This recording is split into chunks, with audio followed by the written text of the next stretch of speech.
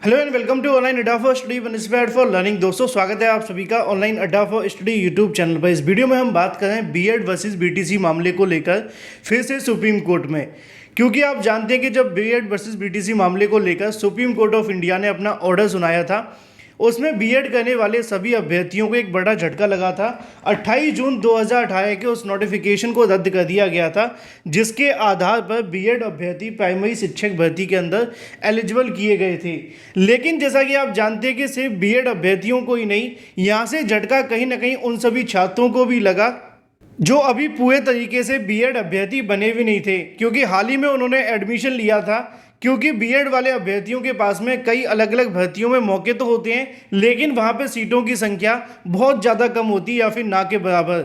इसीलिए प्राइमरी शिक्षक भर्ती को लेकर बीएड वर्सेस बीटीसी का विवाद शुरू हो गया। लेकिन आपको जानकर हैरानी होगी कि अब ये मामला फिर से सुप्रीम कोर्ट में है। क्यों? उसकी वजह है रिव्यू पिटीशन। जिनको नहीं पता मैं बता दूं कि रिव्यू पिटीशन के माध्यम से, वो पिटीशन होती है एक तरीके की याचिका होती है, जिसमें सुप्रीम कोर्ट के द्वारा दिए गए अपने फैसले पर पुनर्विचार करने के लिए जो अभ्यर्थी होते हैं या फिर जो सरकार होती है या फिर जो एनसीटीई है, वो इस याचिका को दाखिल कर सकते हैं। लेकिन अब इसके बाद आगे क्या होगा उसको लेकर डिटेल में बात कर लेते हैं। वीडियो को लाइक करते हुए चैनल को सब्सक्राइब करके बेल आइकन को दबा लें, जिससे कि आपको रियल ऑथेंटिक जानकारी सबसे पहले मिलती रहे। जैसा कि आप जानते हैं कि बीएड वर्सेस बीटीसी पर सुप्रीम कोर्ट ने तो अपना ऑर्डर दे दिया है, लेकिन बीएड अभ्यर्थी जब से ऑर्डर आने के बाद से लगातार इस मुद्दे पर अपने प्रयास कर रहे हैं, चाहे वो ट्विटर के माध्यम से हो या फिर इसके अलावा धरना प्रदर्शन के माध्यम से। और वहीं दूसरी तरफ अगर बात की जाए रिव्यू पिटीशन को लेकर, जिसको आप आम भाषा में पुनर्विचार याचिका भी कह सकते हैं या फिर समीक्षा याचिका भी कह सकते हैं। जब बात रिव्यू पिटीशन को लेकर आती है तो सबसे बड़ा सवाल ये होता है कि इससे होगा क्या इससे बीएड वाले अभ्यर्थियों को जीत मिल सकती है, या जो सुप्रीम कोर्ट ऑफ इंडिया ने अपना ऑर्डर दिया था उसमें बदलाव हो सकता है। बहुत सारे ऐसे सवाल हैं कि इस जज को लेकर अगर बात की जाए कि कौन से जज इस मुद्दे को सुनेंगे, और भी बहुत सारी चीज़ें मैं क्लियर करता हूं। जैसा कि रिव्यू पिटीशन के माध्यम से सुप्रीम कोर्ट ऑफ इंडिया की तरफ से दिए गए अपने ही निर्णय पर फिर से विचार करने के लिए अनुच्छेद 137 के तहत सुप्रीम कोर्ट में अपने किसी निर्णय या आदेश की समीक्षा करने की शक्ति प्राप्त है। इसका कारण यह है कि सुप्रीम कोर्ट के माध्यम से द्वारा दिया गया कोई निर्णय भविष्य में सुनवाई के लिए आने वाले संदर्भों के लिए एक बार फिर से पुनर्विचार करने की कहीं न कहीं जो उनको इजाज़त है वो देता है। लेकिन इसकी आवश्यकता क्यों पड़ती है? क्योंकि कई बार ऐसा होता है कि किसी मुद्दे को लेकर जब बीएड वर्सेस बीटीसी मामले पर सुनवाई हो रही थी, लेकिन एक पक्ष ने अपनी तरफ से ज़्यादा अच्छे तरीके से पैरवी नहीं की और उनको लगता है कि उनके पास में कुछ और नए तथ्य हैं, जिसके चलते इस डिसीजन में बदलाव हो सकता है, या उसके बाद में कोई ऐसा नया कानून या नियम बन गया है जिसको सुप्रीम कोर्ट ऑफ इंडिया में दिखाया जा सकता है, जिससे कि इनमें बदलाव हो सकते हैं। इसको लेकर जानकारी आपको यहाँ पे भी जानकारी देखने के लिए मिल जाएगी कि सुप्रीम कोर्ट ऑफ इंडिया के माध्यम से पुनर्विचार याचिका की अगर बात की जाए तो 30 दिन के भीतर दायर की जानी चाहिए, यानी कि जिस दिन आपका फैसला सुनाया गया था उसके 30 दिन के अंदर पुनर्विचार याचिका दोबारा से दाखिल की जा सकती है। साथ ही साथ नीचे लिखा हुआ है कि समीक्षा याचिका दायर करने में देरी हुई तो माफ भी कर सकती है सुप्रीम कोर्ट ऑफ इंडिया। न्यायालय के नियमों के मुताबिक वकीलों की मौखिक दलील के बिना याचिका की समीक्षा की जाएगी। इसमें क्या होता है कि जब याचिकाकर्ता इस याचिका को दाखिल करते हैं तो उसके बाद में यहाँ पर जो सुप्रीम कोर्ट ऑफ इंडिया के जजेस होते हैं उस याचिका की एक तरीके समीक्षा करते हैं कि भाई ये सुनवाई करने के योग्य है या नहीं है। अगर उनको लगता है कि सुनवाई करने के योग्य है तो वो इस मुद्दे पर सुनवाई करते हैं, अदरवाइज इसको खारिज कर देते हैं। इसी को लेकर नीचे लिखा हुआ है कि समीक्षा याचिकाओं की सुनवाई उन न्यायाधीशों के द्वारा की जा सकती है जिन्होंने उन पर पहले निर्णय दिया था। और ये सबसे बड़ी कहीं ना कहीं आप सभी के नेगेटिव पॉइंट होता है पुनर्विचार याचिका में, क्योंकि जिस न्यायाधीश के माध्यम से अपने फैसले को सुनाया गया है आमतौर पर उनको लगता है कि उनकी तरफ से 100% सही किया गया है, जब तक कोई नया कानून, नए नियम या फिर कोई नई दलील ना दी गई हो तो आमतौर पर रिव्यू पिटीशन को खारिज भी कर दिया जाता है, जैसा कि मैंने आपको स्टार्टिंग में ही बता दिया था। एक सवाल देखने के लिए मिलता है कि रिव्यू याचिका कौन कौन डाल सकता है, तो इसकी जानकारी मैं आपको दे दूं कि वो सभी अभ्यर्थी या फिर वो एक व्यक्ति जिसको लगता है कि सुप्रीम कोर्ट ऑफ इंडिया के माध्यम से दिया गया आदेश से वो पूरे तरीके से असंतुष्ट हैं, या फिर समीक्षा याचिका दायर कर सकते हैं और इस मुद्दे पर एक बार फिर से अपनी बहस रख सकते हैं।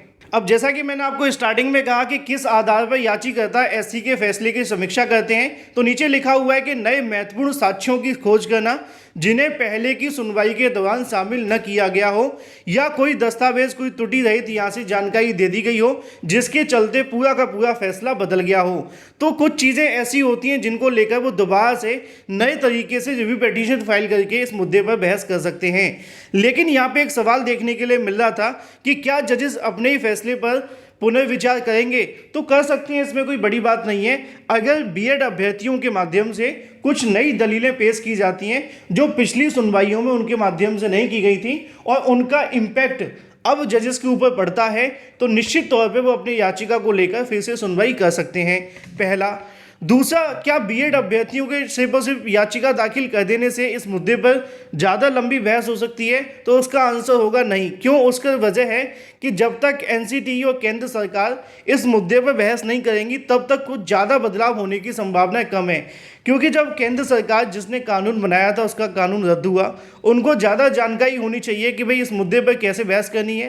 केंद्र सरकार जिनके पास पूरे तरीके से अथॉरिटी है, वो चाहे तो किसी भी तरीके से एक से बड़े अधिवक्ता को रखकर अपनी बातों को क्लियर करवा सकते हैं। डिपेंड तो करेगा जजेस के ऊपर, लेकिन हाँ, बहुत सारी चीज़ें कहीं ना कहीं मजबूत हो जाती है जब केंद्र सरकार और एनसीटीई और जो भी सरकारी संस्थाएं साथ में आती हैं, तो एक अकेले व्यक्ति के बजाय, जैसे कि बीएड को लेकर। बेशक यहाँ पे करोड़ों अभ्यर्थी हैं, लेकिन यहाँ पे जो मेजॉरिटी आप जानते हैं वो एनसीटीई और केंद्र सरकार की ज़्यादा मानी जाएगी। यही वजह है कि अगर बीएड के साथ एनसीटीई और केंद्र सरकार अपनी ओर से रिव्यू पिटीशन फाइल करते हैं तो बहुत कुछ बदलाव होने की संभावना हो सकती है। ये सब कुछ डिपेंड करेगा कंडीशंस के ऊपर कि वो किस मुद्दे पर बहस कर रहे हैं। अब मुद्दे की बात यह है कि बीएड वर्सेस बीटीसी मामले को लेकर फिर से मामला सुप्रीम कोर्ट क्यों जा रहा है, तो उसकी वजह तो आप जानते हैं कि जो करोड़ों बीएड अभ्यर्थी हैं वो इस मुद्दे को लेकर सहमत नहीं है और फिर से रिव्यू पिटीशन सुप्रीम कोर्ट के अंदर लगाने जा रहे हैं। अगर आप बीएड अभ्यर्थी होंगे तो आपको पता होगा कि देवेश मिश्रा के माध्यम से पहले इस याचिका को दाखिल किया गया था और अब एक बार फिर से उन्हीं के माध्यम से तैयारियां शुरू कर दी गई हैं इस मुद्दे को रिव्यू पिटीशन फाइल करने की। अब सवाल ये है कि फाइल कब होगी, तो उसके पीछे की वजह यह है कि वो चाहते हैं कि इसमें एनसीटीई और केंद्र सरकार उनको सपोर्ट करे, जिससे कि इस मामले में थोड़ा सा जो उनकी बातों का वजन है वो और ज़्यादा बढ़ जाएगा। क्योंकि जैसा मैंने आपको स्टार्टिंग में कहा कि अगर सिर्फ बीएड अभ्यर्थी जाते हैं तो ज़्यादा रिजल्ट की उम्मीद नहीं कर सकते, लेकिन केंद्र सरकार एनसीटीई जाती है तो शायद कुछ बदलाव होने की संभावना हो सकती हैं। फिलहाल इस मुद्दे पर कौन कौन से नए पक्ष रखे जाएंगे, कौन कौन सी नई दलीलें दी जाएंगी, ये भी देखना महत्वपूर्ण होगा। क्योंकि कई बार देखा जाता है कि रिव्यू पिटीशन को लेकर याचिका तो दाखिल कर दी जाती है, लेकिन तथ्य पुराने ही रख दिए जाते हैं, जिसको सुप्रीम कोर्ट ऑफ इंडिया अपने चैम्बर में लाकर पढ़ती है और उसके बाद में बिना सुनवाई किए ही उसको खारिज कर देती है। लेकिन कुछ केसेस के अंदर ऐसा होता है कि रिव्यू पिटीशन फाइल की जाती है कुछ नए तथ्यों के साथ में, जिसको सुप्रीम कोर्ट ऑफ इंडिया के जजेस उसको दोबारा से पढ़ते हैं और उनको लगता है कि शायद ये मुद्दा सुनवाई करने योग्य है जो पहले नहीं बताया गया था, तो सुप्रीम कोर्ट ऑफ इंडिया उसको लिस्ट करने की आदेश दे देती है और फिर ओपन कोर्ट के अंदर सुनवाई होती है। तो एक बार फिर से बीएड अभ्यर्थी पूरी तैयारी कर चुके हैं रिव्यू पिटीशन फाइल करने की। वो चाहें तो कभी भी लगा सकते हैं, लेकिन उनका इंतजार है एनसीटीई और केंद्र सरकार के साथ आने का। अब यहाँ पर सबसे बड़ा सवाल यही होगा कि क्या इस बार बीएड को जीत मिलेगी, किसकी जीत होगी, बीएड या बीटीसी की? तो इस बात को लेकर जैसा कि आप जानते हैं कि जीत किसी की भी हो, इससे लाखों का भविष्य बर्बाद होगा। क्योंकि यहाँ पे अगर बात की जाए बीएड को लेकर तो करोड़ों अभ्यर्थियों के जीवन में अंधकार आ गया जब से उनको सुप्रीम कोर्ट ऑफ इंडिया ने बाहर किया है। लेकिन वहीं दूसरी तरफ आप जानते हैं कि बीटीसी को लेकर भी यहाँ पे समस्या है कि 5 साल से ज़्यादा समय हो गया भर्ती नहीं निकाली जा रही है, तो निश्चित तौर पे बीएड को ज़्यादा नुकसान होगा क्योंकि यहाँ पे एक बड़ी संख्या में अभ्यर्थी प्रभावित हैं। लेकिन बीटीसी के लिए नुकसान उनको ये देखने के लिए मिलेगा कि भर्तियों में कॉम्पिटिशन बढ़ जाएगा। लेकिन वर्तमान में अगर कॉम्पिटिशन हो तो जो योग्य अभ्यर्थी वो नौकरी ले लेंगे, लेकिन सीधे तौर पर अगर बाहर कर दिया जाए जिन्होंने हाल ही में डिग्री इस उम्मीद में ली थी, तो उनके लिए थोड़ी नुकसान वाली बातें हैं। इसका मुद्दा ये हो सकता है कि बीएड बीटीसी को दोनों को एक समान योग्यता दे दी जाए, दोनों को एक तरीका बेस कोर्स कराते हुए भर्तियों में शामिल कर दिया जाए, तो शायद ये बीएड बीटीसी का विवाद पूरे तरीके से खत्म हो सकता है। लेकिन सुप्रीम कोर्ट के अंदर एक बार फिर से रिव्यू पिटीशन दाखिल की जा रही है जिसमें सुप्रीम कोर्ट ऑफ इंडिया अपने ही निर्णय पर विचार करने के लिए याचिका दी जाएगी। देखना ये होगा कि उस मुद्दे को लेकर वो विचार करते हैं या नहीं, ये बात की बात है। फिलहाल अगर बीएड के अभ्यर्थी सीनियर एडवोकेट तैयार करें तो निश्चित तौर पर बीटीसी के अभ्यर्थी भी अपने जो सीनियर एडवोकेट्स हैं उनको तैयार करेंगे। अब सोशल मीडिया पे इसको लेकर बहुत सारे वीडियोस आपने पहले से देख लिए होंगे कि रिव्यू पिटीशन के अंदर ज़्यादा कुछ नहीं होता या कुछ होता है, वो बात की बातें हैं, क्योंकि जब तक डिसीजन नहीं आ जाता तब तक उस डिसीजन पर जाने से पहले चीज़ों को समराइज़ करने की आवश्यकता है कि अब आगे होगा क्या। डिसीजन तो आप जानते हैं कि सुप्रीम कोर्ट ऑफ इंडिया के माध्यम से दे ही दिया जाएगा, लेकिन जो तथ्य हैं उनको आप समझकर चलें कि भाई सुप्रीम कोर्ट में अगर दोबारा से रिव्यू पिटीशन दाखिल की जाती है तो किस तरीके से बहस होगी और उसमें नया क्या होगा जो पहले नहीं देखने के लिए मिला था। क्योंकि सिर्फ पुरानी बहस के ऊपर अगर कोई अभ्यर्थी रिव्यू पिटीशन फाइल करता है तो निश्चित तौर पर कोई रिजल्ट आने की संभावना है ही नहीं है, लेकिन कुछ नए तथ्य लगाए जाते हैं तो उसके बाद शायद कुछ बदलाव हो।